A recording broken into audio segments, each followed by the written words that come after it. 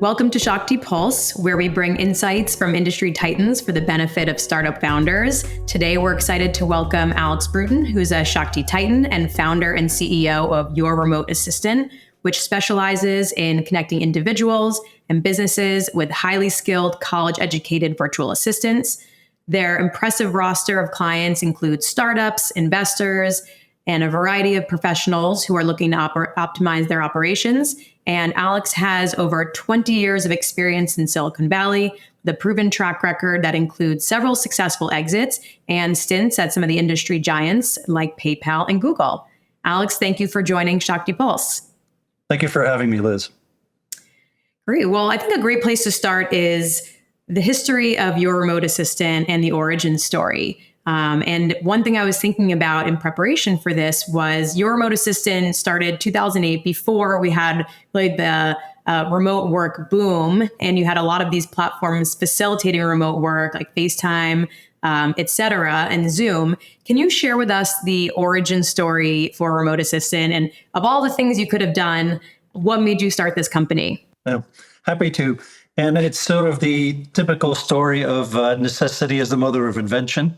At the time, essentially a couple of years before I started YRA, together with my wife, which I'll get back to later, I essentially was, doing the typical Bay Area startup scene. As you said, I worked for Google and for PayPal as well. But sort of there was always some other project that was ongoing during, after hours, evenings, and so forth. And so at some point, after a couple of years of doing that and sort of dealing with, a lot of, running a lot of hours a day and so forth, I basically was, my wife is from the Philippines. And so I asked her if her sister could potentially, who was at the time living in the Philippines, help me with some of the administrative burden that I had sort of for all these additional projects that I was making. And so we started doing that. And even though at the time bandwidth was still something that was challenging, especially for something like a video call and so forth, we started having that relationship. And it really took some, each day, a couple of hours of less work for me. So it actually allowed me to sort of do that work balance a little bit better. The timing was good because it was sort of in between having our first and second child, which is something that you can relate to in terms of how much time and dedication that takes. And so, as I said, it basically became sort of the idea that this is something that's very useful. It was at a price point where it was very competitive, where essentially, because of the cost of living arbitrage, it makes sense for people in the Philippines to work for U.S. companies because of that arbitrage. And so I actually started sort of floating the idea with a couple of friends, what they thought, looked for a potential co-founder who eventually became my first client. And so effectively the two first clients were essentially people that I knew. One was Charles Hudson, who was a colleague of mine at Google before that, and then we kind of sort of met at a conference when he was doing had just started up his own venture fund, and so he became one of our first clients. And then the other one was somebody that I've known for 20 years, who had just become the COO of a medical malpractice insurance company. And so they needed people to do transcription, et cetera. Charles needed somebody to help him schedule meetings, et cetera, all sort of, time-consuming, important tasks, but that don't necessarily need the principal, if you will, to be directly involved. And so that was the start of the company, essentially. Yeah, absolutely. And you talked about some of your initial clients, which, as you mentioned, that they were already friends of yours, which is always the best way to get clients. How have you scaled the business to, what's the general client size today? And once you get clients who are you've gone to the friends and family group, how do you scale beyond that? Yeah, so it's a good question. And there's, a couple of different ways of handling this, right? So in the beginning, obviously, you try out different things and see what sticks. And something that we learned very quickly was that it is a completely different relationship if somebody is either, somebody that you've known in the past or is a referral from an existing client, as opposed to you going, us going out and doing advertising on Google. I was very familiar with the Google ad platform since, I had worked for Google, even though it wasn't specifically for that platform, I knew it quite well. And so what we noticed very early on was that I guess what you could say, basically the lifetime value of a client was very different depending on what the source was, essentially the source of the client. So people who came in as a referral from an existing client, as opposed to somebody that was just coming in through an advertisement, the difference was remarkable. And so we basically continued to do that for a while, but at some point, because we are not a venture-funded company, even though many of our clients are venture capitalists and have asked to invest in the company, we could essentially afford ourselves to grow at a sort of what I would say an organic rate. And the aside from sort of the lifetime value of the client, the practical part of it was too is that you're the amount of work around somebody where basically you have no idea what their background is or how they are to do business with is something that those type of clients can be enormous, huge time sucks and sort of can be really very disruptive for the business in the negative way. And so because this was effectively a family business, it was my wife and me in the background, we decided to sort of, for the time being, to essentially leverage the referral network. And then we did several things to incentivize our clients to continue to refer people by certain programs, but then also on the day-to-day interaction, we tried to have the clients truly participate in the evaluation of their assistants and so forth, such that they felt, and I could honestly say many of our clients feel a strong bond with their assistant. This is not sort of a pure, perfunctory or sort of type of relationship. There is a true bond with it, and we have many clients that have used the same assistant for 5, 8, 10 years, and so forth. So, oh wow! Yeah. And you started the business before remote work was very commonplace, and even today, it definitely has its challenges. And you're seeing a lot of businesses bring people back to the office. How was it starting a business that's based on being remote before you even had a lot of the technology that you have today? One of the things that didn't go well is that when sort of technology became available to monitor people, Time Doctor and so forth, where you can constantly see, you can turn on the camera to see if the person is working. You can see what the web pages that they're looking at, that type of stuff, right?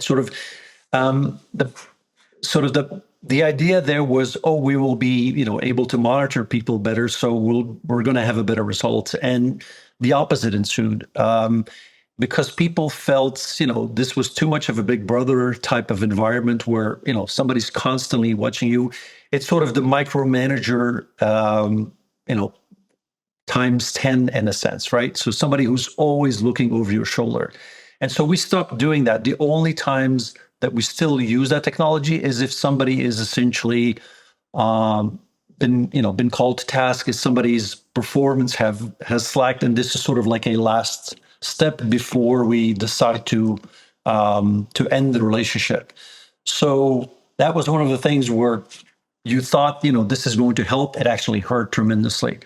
And I think, sort of at a higher level, the type of people that you hire have to have the self-discipline and the self-respect to perform a good job, whether somebody's watching them or not. And that goes obviously beyond people that are working remotely. But I think, working remotely is definitely something that that sort of is that challenges some people as to maintain their professionalism. And so our job in terms of recruiting is to try to find people that we, have a good confidence in, that they will actually be able to perform without having to constantly being monitored. Yeah. I mean, a lot of our companies have team members who are outside of the country for a lot of the reasons that you just mentioned.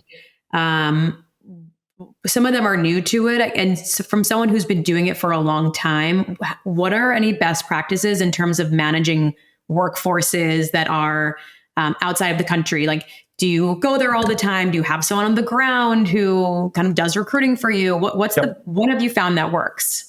So we have a system where we're a relatively flat organization. However, we do every single assistant, and we also have some other positions like financial analysts and accountants as well.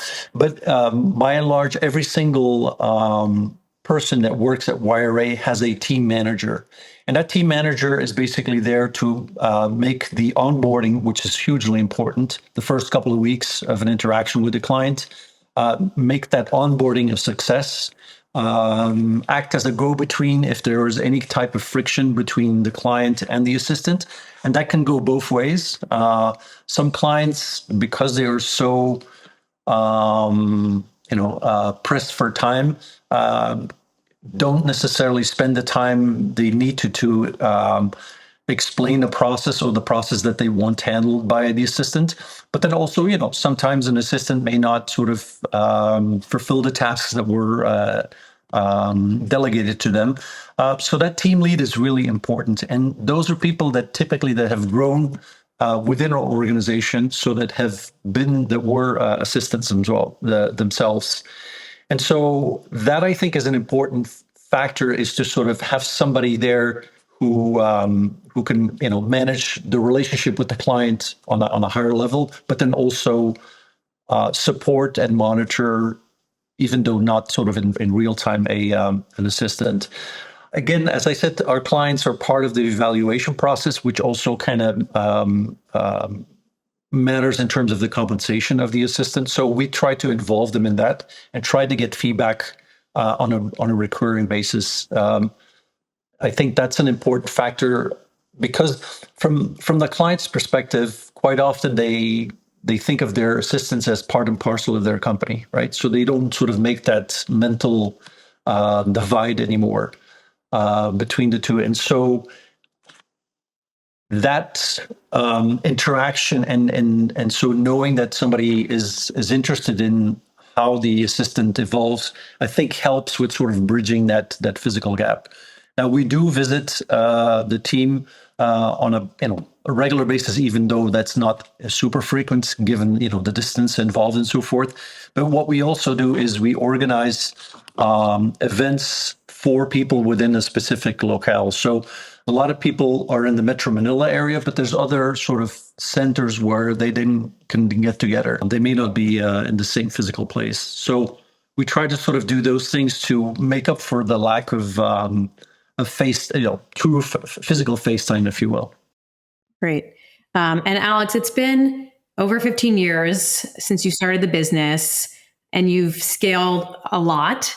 What have you seen? Take us back to kind of the different phases of the business, whether it's 0 to 1, 1 to 10, 10 and beyond. What have you found from a founder and CEO perspective? What kind of skills were very important at each stage, whether it was day one or where you started to get some traction to where you are today?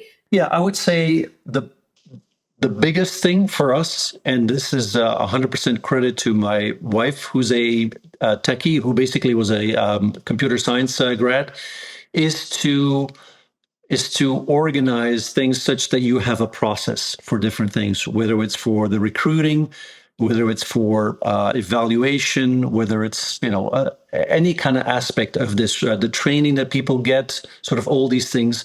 I think the challenge that you have as a startup, as a founder of a startup, is that you tend to be doing a lot of things, and because you're doing so many different things, the thought of sort of writing down the processes and optimizing these processes is not what comes to mind first. And so, because you also don't know if that process is going to stay, because you're still in the finding out phase. And so, to have somebody in the organization who sort of takes that responsibility up and sort of tries to document those things and sort of have create a playbook, if you will, of the different aspects, all the different things that need to happen in order to provide a client with continuously efficient or effective assistant. That is something that maybe because of the nature of my wife's previous job, where she needed to document the codes and all the things that done. The fact that we did that relatively early on, I think helped us a lot in sort of getting to a place where it's not mayhem. Because, aside from the two large companies that you mentioned, I've worked for, I want to say, probably 8 or 9 startups. If you can start with that, I think it's a good lesson, or a good sort of measure, because it tells you how much of the stuff you have under control. Because if you cannot describe the process or to somebody else, then basically, I wouldn't say there's no process, but it's definitely not sort of canned. And even though that process may change further down the road, I think it's a good exercise to kind of understand what it is that you're doing and sort of get a sense for where essentially your pain points are, where you're spending most of your time. So therefore also, in a lot of cases, as young startups, most of your money, essentially, right? Because it's, you only have so many hours. And so from that perspective, I think it's good that we had that early on, somebody with that sort of brain, not necessarily somebody who just says, we need to grow this and, everything on the side, but somebody who's more conservative is not the right word, but sort of more like saying, yes, but how are we going to do this? Somebody who just sees structure for processes. I think that has helped us a lot. Tell us about how has AI impacted your business? Is it something that you use? And how do you see AI being an assistant to or within the broader industry going forward? Yeah. So I would say, obviously, when AI started developing, a very small part of our business was sort of in the customer service area. And I would say from that perspective, as a threat, that is a real threat. Now, the advantage that we have in terms of customer service people being replaced by AI, I think that's going to be one of the quickest wins for AI. Why? Because you have effectively a database of knowledge that any any customer service person, at the end of the day, what they look at is that the database that tells them, okay, for this, for that, and so forth. So it's a structured environment that's easily replaceable by AI, especially if you have it at scale, right? In other words, if you're an AT&T, you have literally thousands of people doing the exact same thing. It's very easy to replace. The very small part of customer service that we have is for, typically for startups. And so from that perspective, if you have a couple of people working in customer service, the effort to essentially, build the, sort of the AI to respond to that is relatively large. Now, of course, you can leverage ChatGPT and all that kind of stuff to look at a database, but you also have to be sort of a little bit circumspect about how much you share with a system that you don't have control over, right? But anyway, so from that perspective, from a threat perspective, I don't think, in the short term, this will affect us very much. Now, in terms of how we use it, so there are really, 2 large areas where we are using it. One is that, and these are not like, how should I say, sort of surprising or anything. In a sense, it's, obviously assistants will go and leverage any kind of AI system, whether it's Gemini or something else or ChatGPT and so forth, to do some research when they're asked by the clients to find some information on it. So that's one area. And then the other area that we've just sort of started doing is that is essentially in the whole process of interviewing people. So backing up a little bit, that is one of the, and it should be one of the most time-consuming parts of our business is to basically find people that are good. And I don't want to exaggerate, but we probably, for every 100 inbound resumes that we get, we maybe choose one or two people that eventually end up working for our clients. So that's a process where obviously the biggest shift, the biggest triage is, looking at the resumes.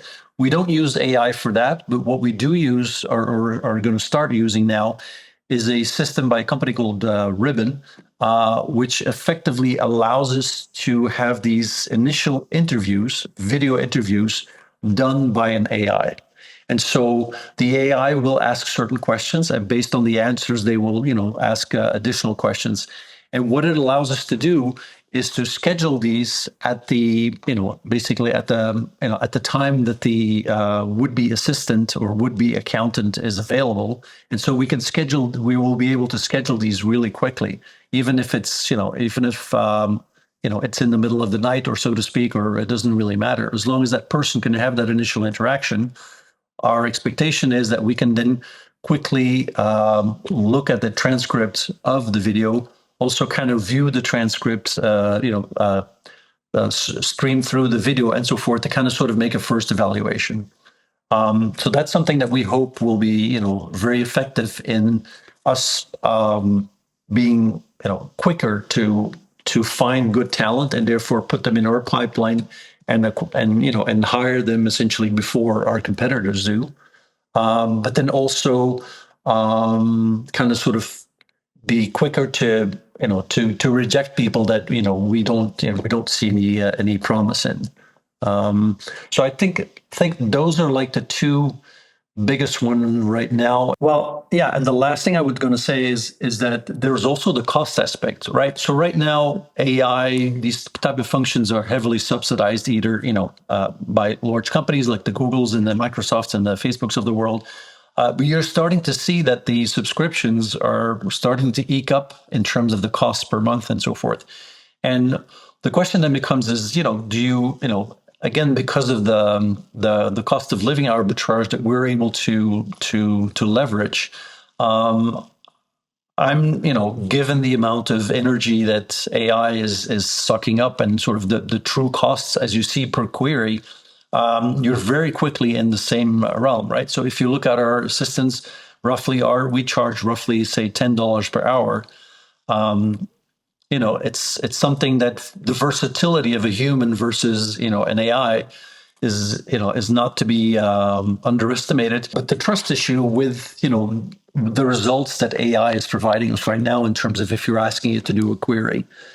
And so at what point are you, depending on the decision that you make, 95% accuracy may not be good enough, right? So there's the, and I fear, just like with many things, is that the getting to the 99.9% is going to take a lot longer than getting to the 95%. How have you found, if there is a situation where a client is unhappy, talk us through kind of what you found works to rectify the situation? Listen, we're working with real people, so people's situation change. They may have had, some personal tragedy or something that takes them, their mind away from it, and sort of things like that happen, of course.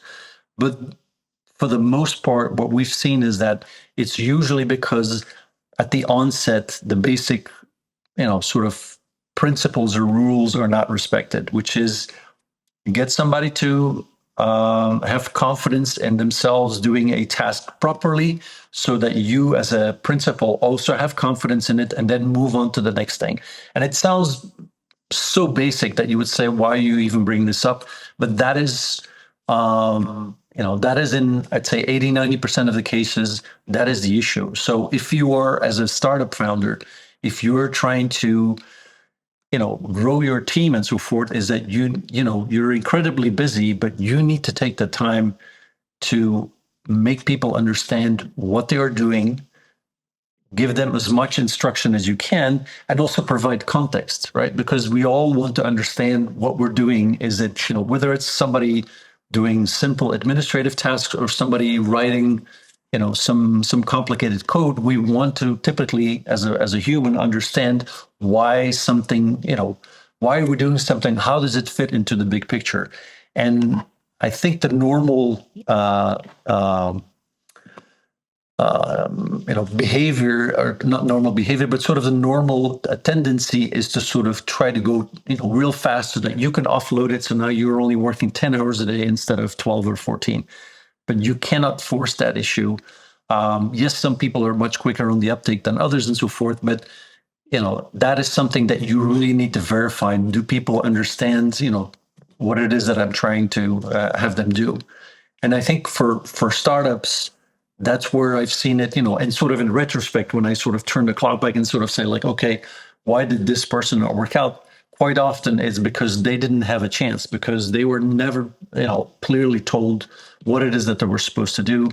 And, some people, to be honest, in new leadership positions, sort of like that ambiguity, because they feel like then it's not their fault. But you have to be honest with yourself and sort of, if you are going to spend the time to recruit people and so forth, spend the time to, to get them up to speed correctly, and not like, throw everything in the kitchen sink at them and think, oh, they'll, sink or swim. Okay, great. Yeah. You've been thinking about this idea for so long, so it's all, it all clicks for you, but somebody who's coming in from some other area may not have that. So I think that's an important lesson.